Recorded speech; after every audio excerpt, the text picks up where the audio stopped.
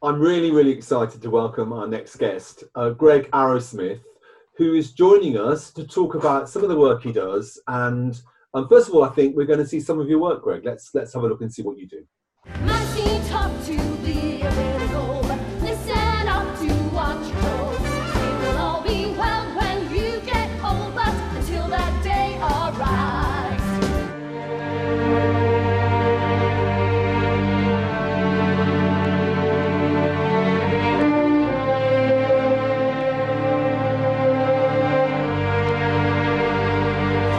It's just to tell them that I love you a lot. And the world discovers as I forget how to make two lovers a friend. I'll never fail you. I shall not fail you. My loyal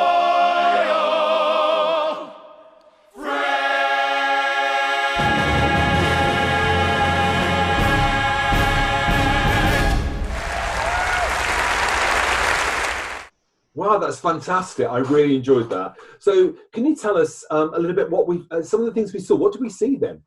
So that's examples of three of the elements of music which I work in. The first is a musical called Only the Brave, which premiered at the Millennium Centre in Cardiff a few years ago. Then we had Peer Gynt Suite, which I recorded at the Royal Academy and is released on the Melodramatic Productions label. And then a job at the Pheasantry, which is a little jazz club in Chelsea. Very good. And I also hear that that part of your claim to fame is that you're involved with pantomime as well. Tell us a bit about whereabouts are you involved with pantomime?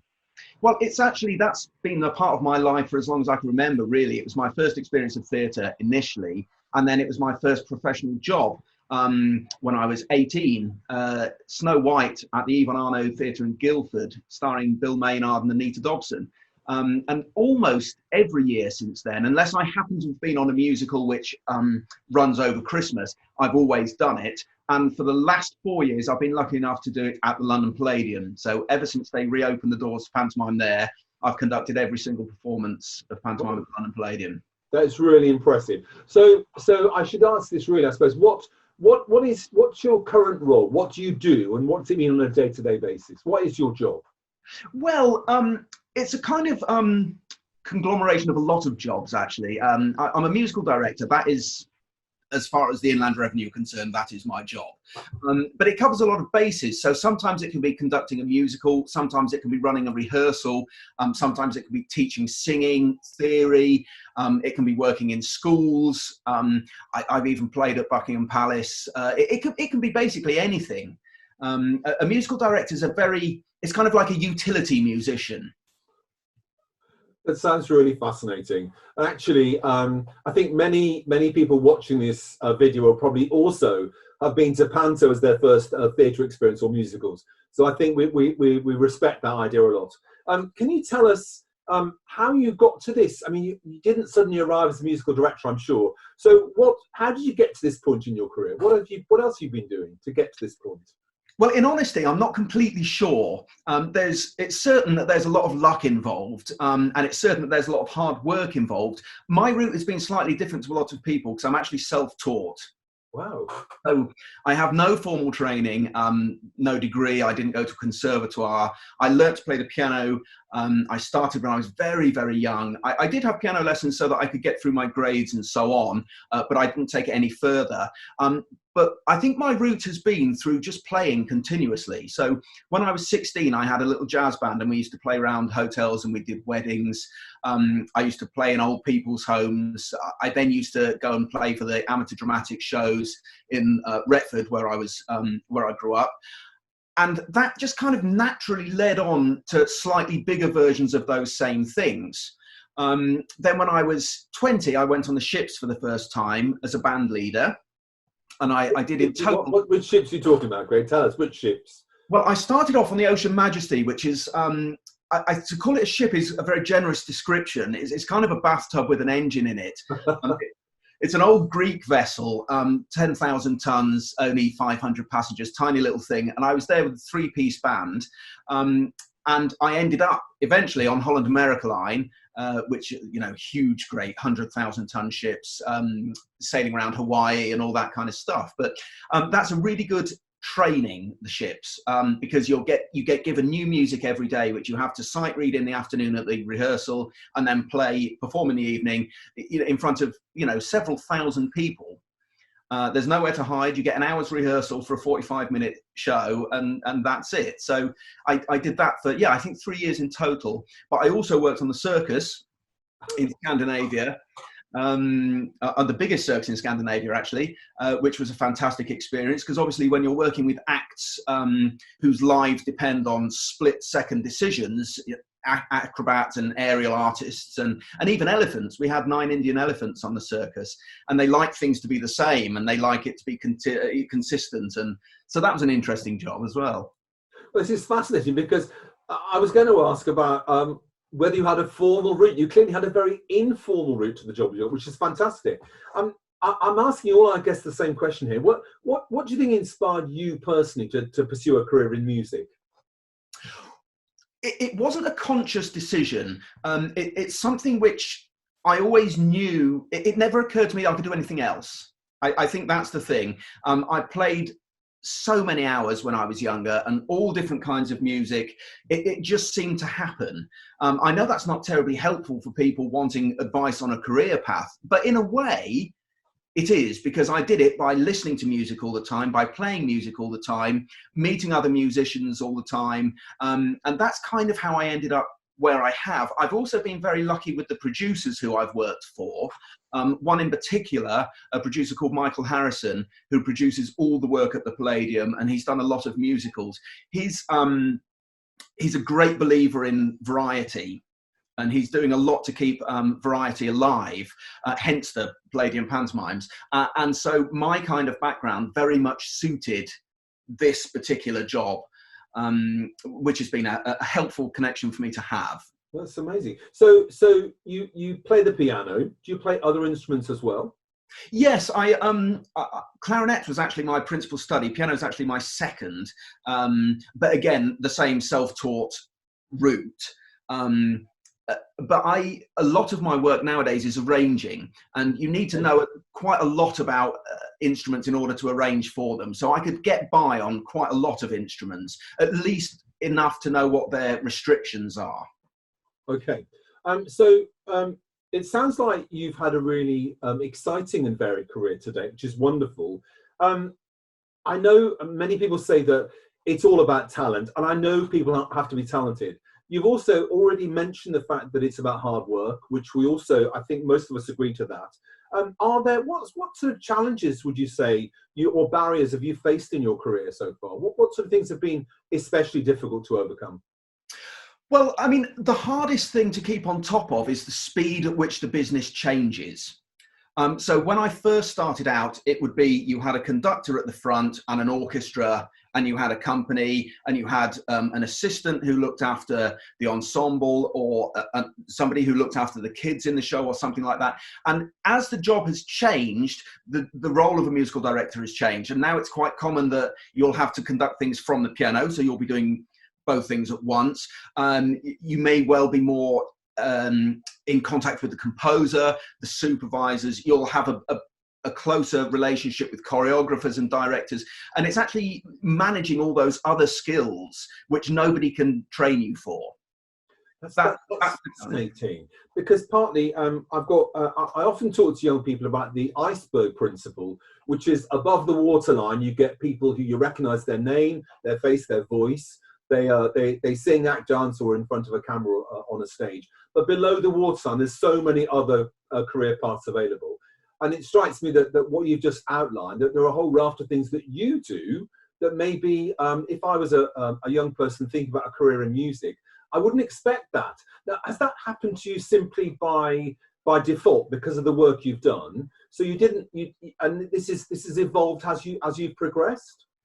Yes, I think that's a very fair way of looking at it, because there are now courses to be a musical director at conservatoires. So there are courses which train you for the kind of practical skills and the sight reading skills and the playing for auditions and these kinds of things, but nothing can quite prepare you for being in a room with a major celebrity and suddenly having to do what you've got to do, or then the composer says that's not quite working, can we try up a third, and suddenly you've got a piece of music which you have to transpose at sight with the producer watching you and the composer in the room and the celebrity or whoever it may be, just expecting you to be able to do it. Nothing can train you for that. That's just hours and hours working. That sounds quite high pressured. I suspect if you're watching this and like to ask a question, you can always follow the link that's on the screen below, and we can pose questions which we'll answer at a later date with our guests. I suspect one question that people will want to ask is, what are the best things about your job? What do you enjoy most about your job? It's a number of things. Partly it's the people I get to work with. Musicians are great fun people. It's one of the very few industries which there don't seem to be any barriers in. Everyone is welcome, everyone's accepted, and you're united by your love of music and the pressure of having to operate at, between 99 and 100% the whole time. That's great. In certain jobs, it's also the response you get from audiences. And again, to go back to the Palladium pantomime, we sell out every single show for the entire run. So we're performing to about 5,000 people a day who are just sitting there roaring with laughter and having the best time of their lives. And that's a wonderful experience. In that particular theatre pit, I'm sat almost in the front row, so I'm almost in the audience with them. And that's a tremendous thing to go and do every day. Sounds wonderful. I need to ask you, because there's no such thing as the perfect job. You can't do everything about what you do. So can you share with us maybe one or two of the things that are less positive about your work or what you have to do? I think the key point here is it's very difficult to have a normal life. So if, for example, your cat's been run over, you can't decide you're going to have a day off. If you've got flu, you can't have a day off. The show must go on, and that's something which is quite hard to prepare yourself for. You can't be late. It doesn't matter if the trains are 3 hours late. You have to leave 4 hours earlier. It's not a job that has any flexibility. At 7:30, the show starts. That's it, and you have to be there. So that can be tricky. And of course, you work every Saturday night, every Friday night. A lot of shows now do Sunday matinees, and so suddenly your weekends disappeared. And also, you can go months and months and months without a show. Okay, now that's really interesting, because in the past I've talked to young people about the notion of a portfolio career. The fact, I think going forwards, young people are likely to do more than one thing. And in creative industries, that's often the case, that people have contract work, they have a lot of work at one point and not much at other times. So that's the same for you. You also get times when you don't have that much work on. Is that true? Yeah, that's right. And the key thing to do there is to find alternative ways to amuse yourself and to keep your skill set operating. So those are the times when I will spend time in my little home studio, working out how to get better at music software programs, and I can do online teaching and things like that. It's very risky business to put all your eggs in one basket as a musician. Yeah, I think that's sound advice. And when it comes to advice, I'm going to ask all of the guests today, what personal qualities do you think are needed to follow a career in music like you? What personal qualities would young people need if they're going to follow your route to becoming a musical director? I think people skills are very important, because a musical director's main job is communication. It's getting other people to do what you want them to do, whether they want to do it or not. And you can only do that by communicating with them in a language in which they understand. So that level of personal relationships with people is very important. as far as skills are concerned, the most important thing to do is listen to as much music as you possibly can. I am self-taught, as I've mentioned, but that doesn't mean that I haven't spent years and years and years listening to Mozart symphonies and studying John Adams operas, and things which you do in your own time. You become your own boss and you become in charge of your own destiny. No one's going to give you a career like this. You have to find your own way in. Bearing in mind that we're filming this in a very difficult time globally, and our venues are closed, people are being self-isolating. It's a difficult question, but I'm going to ask you, what are your thoughts about what will change for us as in the creative industries when the lockdown finishes and when we go back to a new normal? Have you any thoughts on that? Well, I think it's very difficult to gauge how quickly people will, for example, go back to theatres. If theatres open in September, as there's rumour that they may, there's no guarantee that anyone's going to be sitting them until the following, March or April, or even after that. So I think all we can do as people who work in creative industries is actually use everything which happens as an opportunity. And we need to be as prepared as we possibly can that things might not go back to normal, but we've still got the skill set to deal with whatever it does come back as. That's true. That's a good point. Thank you. And my last key question really to you is what top tips might you offer young people watching this video? What top tips? If you had to come up with 3 top tips, what would they be? Play as often as you can. And that includes playing for fun. So don't think as practice as being hard work. You've got to do your practice, you've got to play your scales, you've got to know your arpeggios, but then play something that you want to do. Don't make music an effort. It has to be something that you love. The second thing is try and listen to a genre that you've never heard.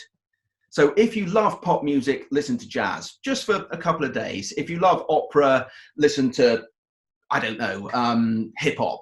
And try and broaden your horizons that way as much as you possibly can. And thirdly, it would be try and have other hobbies. The nature of music is it can be very suffocating. You can get obsessed with things. I must play this at exactly 89.6 beats a minute. And, I have to use my 4th finger on this F. And actually, it can become quite a negative process if you're not careful. But if there's something else which you love doing, it can be walking the dog, it can be growing your own vegetables, it can be painting, whatever it is, that will help it will help you as a performer and as a person. Greg, that's really fantastic. We'll come back to talk to Greg, hopefully, in the panel discussion later. But for the moment, if you have questions, remember to look at the link. And I'd like to say a big thank you to Greg Arrowsmith for joining us today. Greg, thank you. Thank you.